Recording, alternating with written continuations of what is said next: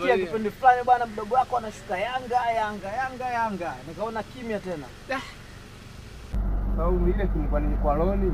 Ndio. Ni kwa loni sasa dirisha dogo wanasema wanahitaji mtu ambaye anafika na kufanya na kufanya kazi yani ile kufanya.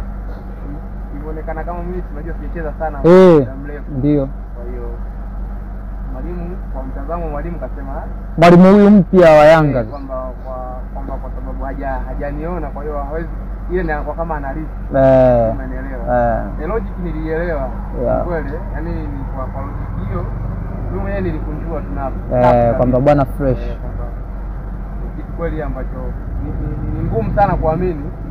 Umeelewa? Kitu mtu hujamuona kizima alafu timu kubwa Yanga ni klabu kubwa sana Ukiangalia Simba Yanga timu kubwa sana ni kubwa alafu unamuingiza mtu kwenye dirisha dogo kwa ajili ya hadi afanye kazi anatakiwa. Kama ukiona hofu kimsingi ndio hivyo lakini pia journalist kwamba kwa sisi wachezaji kuna muda natakiwa mnakuwa upande wetu. Sawa.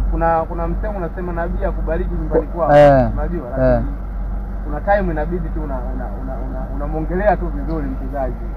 Kuna watu kuna media moja sijui ni nani, kuna dada mmoja mtu anasikia tu anasema Nation ana special gani?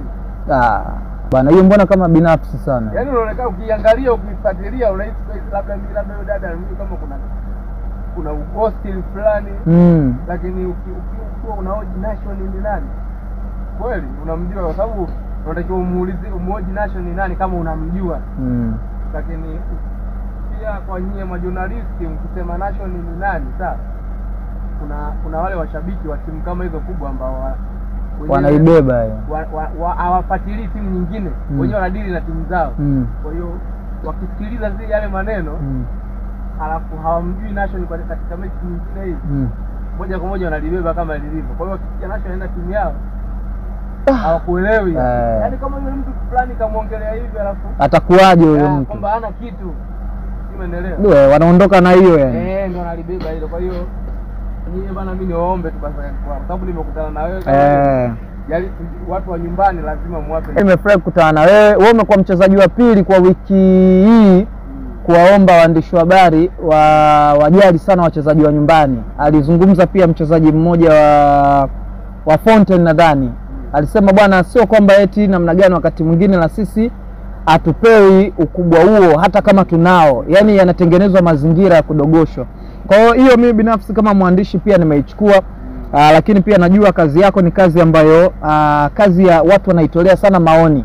Tofauti na udaktari au tofauti na jeshi, tofauti na ualimu. Yaani kazi yako wewe kila mtu anaitolea maoni. Kwa hiyo bwana wewe endelea kukichafua, endelea kukichapa mdogo wangu. Pamoja sana, kila laheri.